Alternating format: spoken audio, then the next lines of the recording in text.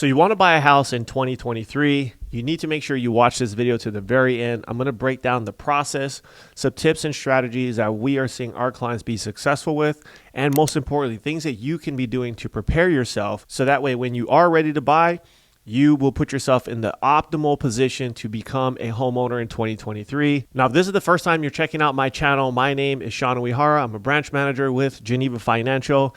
And yes, for all of you that have been watching my channel over the last few years, we recently moved to a new mortgage company that will benefit all of you folks in the long run. So we are now at Geneva Financial. Make sure if you reach out, you're emailing me on the right email address. So you can find that here. And my team and I will be able to help you all across the country, just like we were before, but now we have a bigger and better platform, and we have so many exciting things that we can't wait to share with you guys as we keep moving forward. So thank you guys for all the support. Now let's hop into the video. In 2023, I think it's going to be a great year to become a homeowner. And no, I'm not saying this just because that I'm in the business. I truly think that there will be opportunities out there. Whenever there's times of chaos or times of uncertainty, there's always opportunity because there's going to be two people that are out there. You're going to have the vast majority, which will get scared of the market, which we've seen that happen since last year when interest rates jumped from 3 to 6% around July 2022. Now that deterred a ton of people from selling houses and buying houses, and it kind of put the market at a standstill for a few weeks until things started to finally pick up again. But with all that uncertainty rolling into 2023 and so many people making predictions as to where they think the market's going to go, there's always going to be opportunity. And for those of you that have followed my channel, or maybe you follow me on Instagram, I talk about some of these wins that our clients are having. I had some of our clients negotiate $60,000 off the sale price of a house. I've had so many of our clients get all of their closing costs covered. And many of you are utilizing down payment assistance programs. So you're getting into a house cheaper than what it would cost to go out and find a rental these days. So you need to figure out first and foremost, which of those two people you are going to be. Are you going to be scared, sit on the sidelines, and then you're going to justify every reason why you don't become a homeowner this year, which is fine. Or you're going to be of the other sort and you're going to look for solutions. You have an abundance mindset and you're going to be resourceful enough to figure out ways to get you into a house today. Now, all the critics out there are going to say, well, the market's going to crash and blah, blah, blah. I argue that all day long because there's not enough supply in the market to have a crash. You can see multiple news outlets have already talked about this, the fact that there is still a shortage of inventory out there. You can even see that the builder confidence report has come in lower and lower because the builders aren't confident in the market. So if the builders, which is the one group of people out there that can build new property, don't feel the need to go out and flood the market with new homes, how else are you going to have more homes hit the market? Because there's a vast number of people out there that own homes like myself that have interest rates in the 2s and 3s. So if we would have normally sold our houses for a profit, there's no reason to do that today because I'm not going to sell my house for a 2% rate to take 6% today, unless the deal is just so amazing that I can convince myself to do it. But more often than not, it's just not going to pencil out. So you have this massive amount of inventory that typically would have hit the market. That's probably not going to. Or if it does, there's going to be a smaller amount of that actually touches the market to then get sold. So this whole supply and demand, to me, it's still out of whack. Yes, you can see some of these articles that have talked about that there's record number of homes hitting the market. They're comparing that to COVID, which of course was at record lows. So anything you're comparing against a record low is going to seem like a record high. So whenever you see these articles, you have to make sure that you're reading them in context. Whenever you read the context of the article, more often than not, it's not as bad as what the headlines seem to be. As a society, our attention span is like a second. So all we're doing on our phone is we're scrolling and you see the headline and then you make an assumption that, oh, the market's going to crash or the market's going to do this or interest rates are going to do that. You have to do some research before you decide for yourself whether or not you should be in the market. Now, one of the first things that you should be doing is budgeting. This is something that I've been talking about on my channel for the last several months because I've said for the longest time, if you decide to get into the market, make sure you understand your debt. Make sure you understand where your money's going. This is one thing that we just totally suck at as a society, and that's why so many of us have credit card debt. That's why so many of us don't have anything in savings, and that's why so many of us to this day do not own anything that appreciates in value. We like to buy things like Louis Vuitton bags, red bottom shoes, and all these other things that don't make us any money. We have to learn and figure out ways to make more money, whether it's a side hustle like Uber or you're delivering food or whatever it is. You need to figure out ways to make more money, because cutting back on your debt is really hard for a lot of people to do. So if you can't cut back on your debt, you got to figure out ways to go make more money. Now remember, when you're getting qualified for a loan, the lender is going to be looking at your income, your credit, and the debt that shows up on your credit report. Those are three of the most important things you have to understand. If you don't know those three things, make sure you go to my channel and you watch the videos that I talk about how to get pre-approved. Now with your credit, you do not need perfect credit to buy a house. Many lenders will finance clients as low as a 580 credit score for the most part. There's some lenders out there that will even go below that to a 520. Now, the down payment may change. However, the option is still there. So again, you don't need to have a 720 credit score in order to buy a house. That's one of the biggest myths that holds so many of you back from owning a home. Then we need to figure out your income. If you're changing jobs, that's not a good thing in lending. We like to see some sort of stability. If you're getting a promotion, excellent. If you're working 2 jobs, make sure you understand the guidelines in order for that income to count.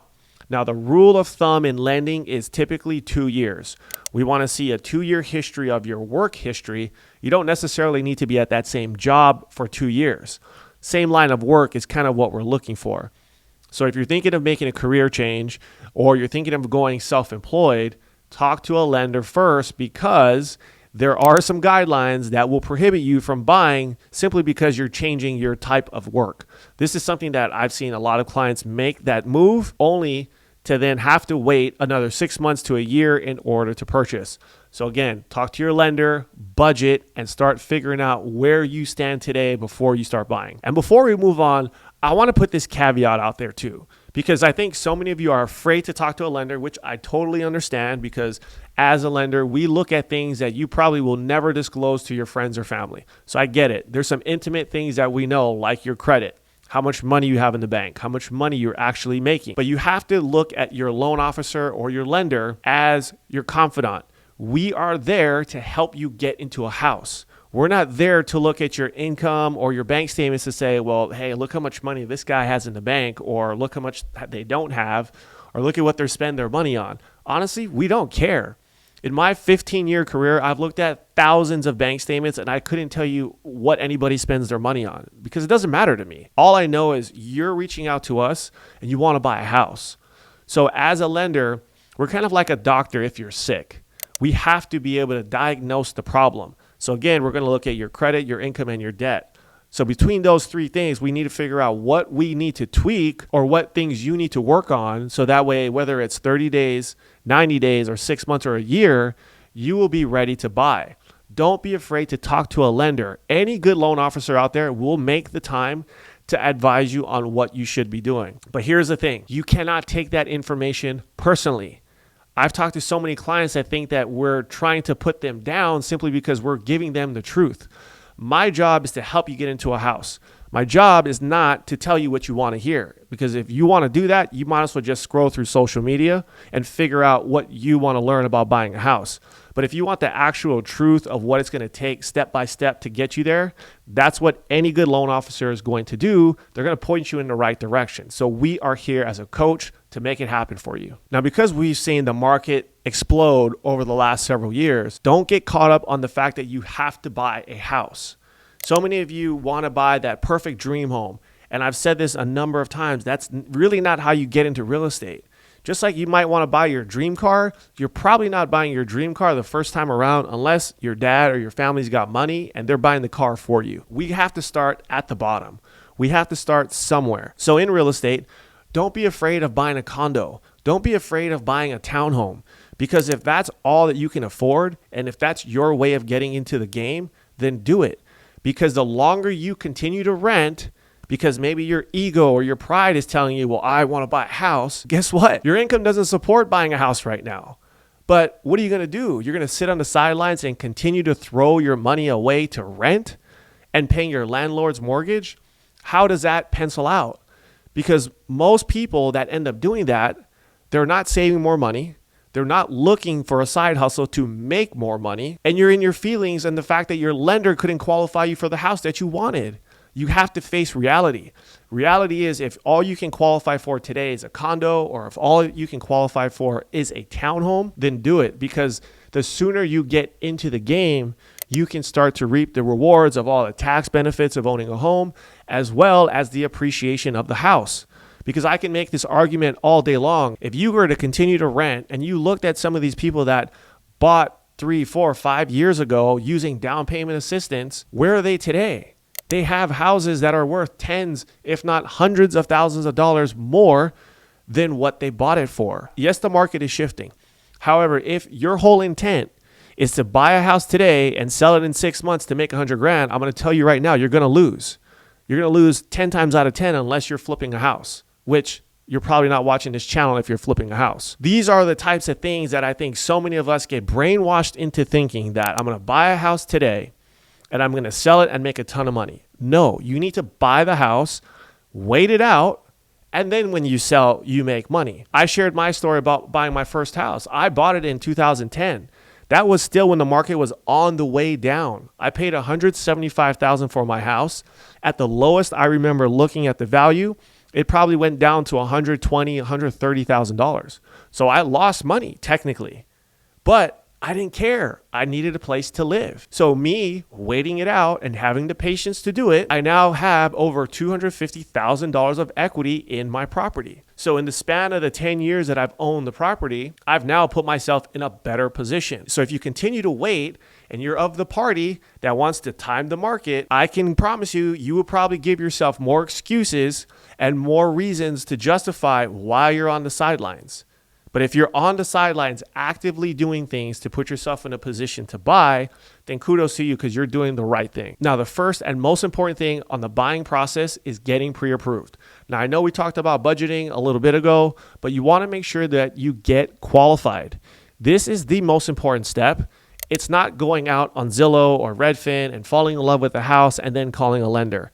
That's not how the business works. And besides, any good real estate agent will never take you out to show you a property. Get with a lender first, get qualified, understand what your strategy is, what the options are as far as buying goes, because those are the most important things when it comes to buying a house. And I've said this before, if your loan officer only shows you one option to buy your house, you should shop to find a lender who can show you at least 2 to 4 different ways on buying a home.